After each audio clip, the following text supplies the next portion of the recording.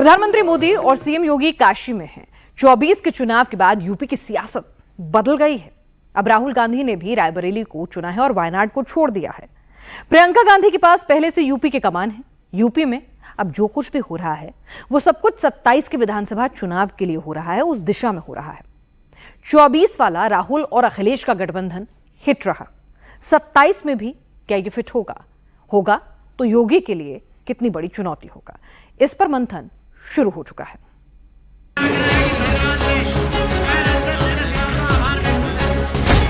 रायबरेली में राहुल गांधी,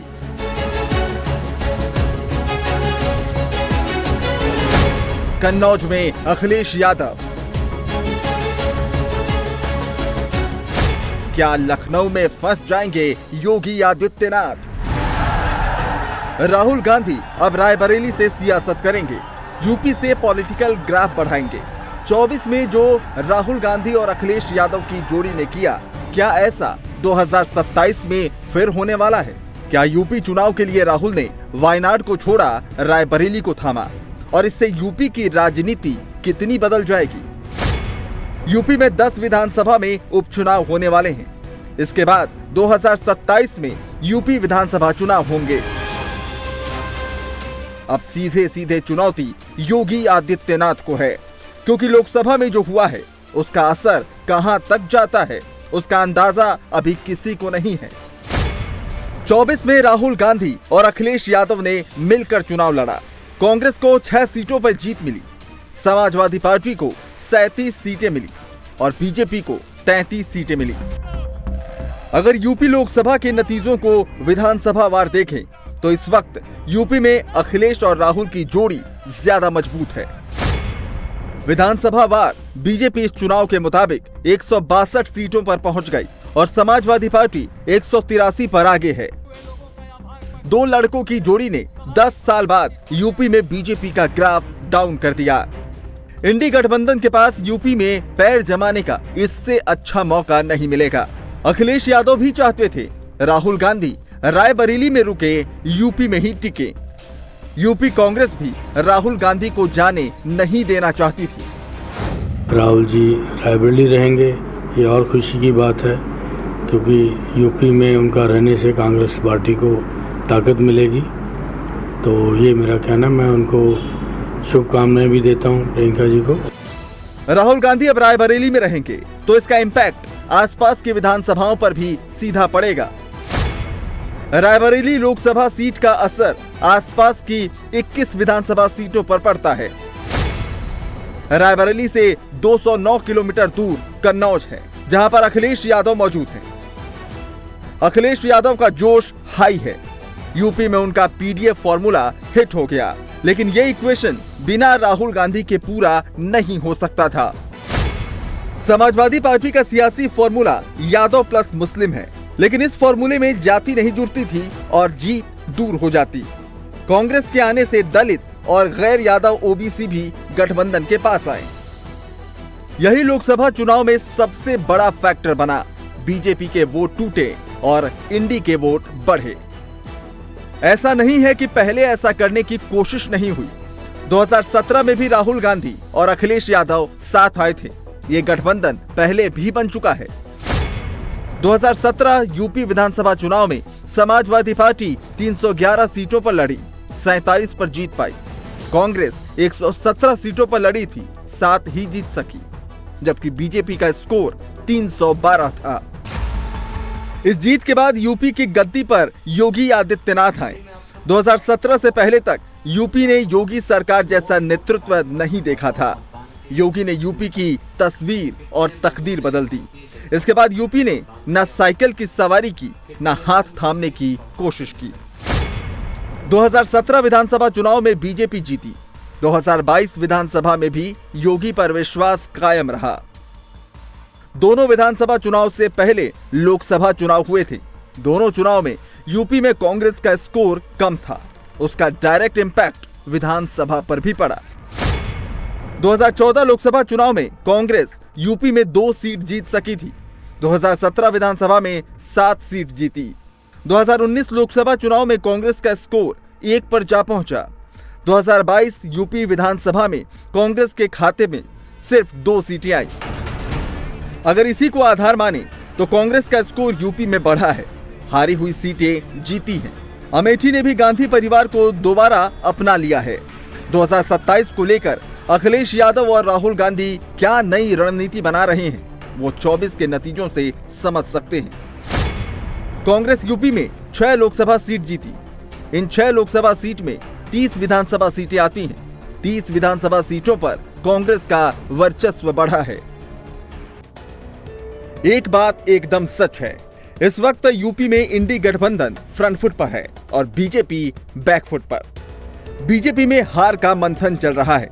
समाजवादी पार्टी में लीड बरकरार रखने का चिंतन हो रहा है। पहली बार पॉलिटिकल तराजू में दोनों बराबर आ गए हैं।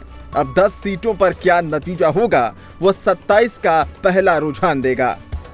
24 और 27 में जो सबसे बड़ा फर्क है वो केंद्र और राज्य की पॉलिसी का है। जब उपचुनाव की बात आती है, 27 के विधानसभा की बात आती है, तो सीधे योगी आदित्यनाथ आगे आ जाते हैं।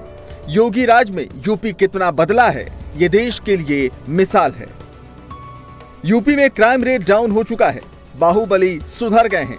बिना पक्षपात, बिना जात पात के सबको बराबर न्याय मिलता है। योगी का जनता के बीच डायरेक्ट संवाद राहुल गांधी और अखिलेश के लिए चुनौती होगी। नमः पार्वती पतिये हर हर।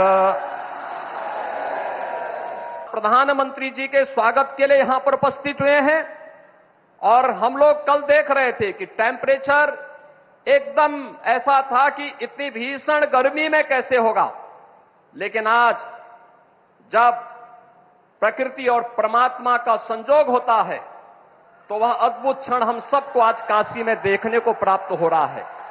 कितना सुहावना मौसम काशी का हो चुका है। इस सुहावने मौसम में अन्नदाता किसानों को मिलने वाली इस सौगात के लिए आप सबको हृदय से बधाई। योगी आदित्यनाथ के विजय रथ को रोकने के लिए अखिलेश और राहुल के साथ प्रियंका भी यूपी आएंगी। प्रियंका गांधी अब वायनाड से चुनाव लड़ेंगी, जीत भी जाएंगी, लेकिन उनका चुनावी एपिसेंटर यूपी है। नॉर्थ में राहुल गांधी, साउथ में प्रियंका गांधी। इंडिया को कवर करने का कांग्रेस का प्लान। मैं बहुत खुश हूँ कि प्रियंका वायनाड से चुनाव लड़ेंगे, मेहनत करेंगी वो वहाँ भी, और मैं उम्मीद करता हूँ कि वहाँ की जनता उनको भारी बहुमत से जिताएं। जब भी मेरे से पूछा गया कि आप सक्रिय राजनीति में कब भाग लेंगे, तो मैंने हमेशा बोला कि प्रियंका के संसद में भाग लेने पर, उनको सांसद के रूप पर देखने पर, उसके बाद मैं शामिल हो सकता हूँ। पर इस बारी जब जो डिसीजंस बन रहे थे तो उसमें मैंने ज़रूर ज़्यादा मैंने बोला इस बारी कि नहीं, मैंने बिल्कुल ना सुना नहीं। मैंने कहा बस अब सक्रिय राजनीति में और संसद में होना ज़रूरी है उनका, खाली प्रचार के लिए नहीं। प्रियंका गांधी जब वायनाड जीतकर यूपी में प्रचार करने आएंगी तो बीजेपी का चैलेंज और बढ़ जाएगा। ये अपने परिवार के अलावा भी किसी की कमी महसूस होने देंगे? ये केवल 2 भाई बहन ही लड़ेंगे और कांग्रेस में कोई कार्यकर्ता का अभाव हो गया है। राज्यसभा जाना होगा तो मम्मी जाएंगी, लोकसभा लड़ना होगा रायबरेली से तो भैया लड़ेगा, वायनाड की सीट खाली होगी तो बहना लड़ेगी। दीपक बुझने से पहले उसकी लौ में तेजी आती है। तो ये 45 से 99 पे पहुँचे हैं, अब 99 से फिर से नीचे आएंगे और मैं समझता हूँ कि वायनाड की हार के साथ कांग्रेस का जो उत्साह है वो भी डाउन हो जाएगा।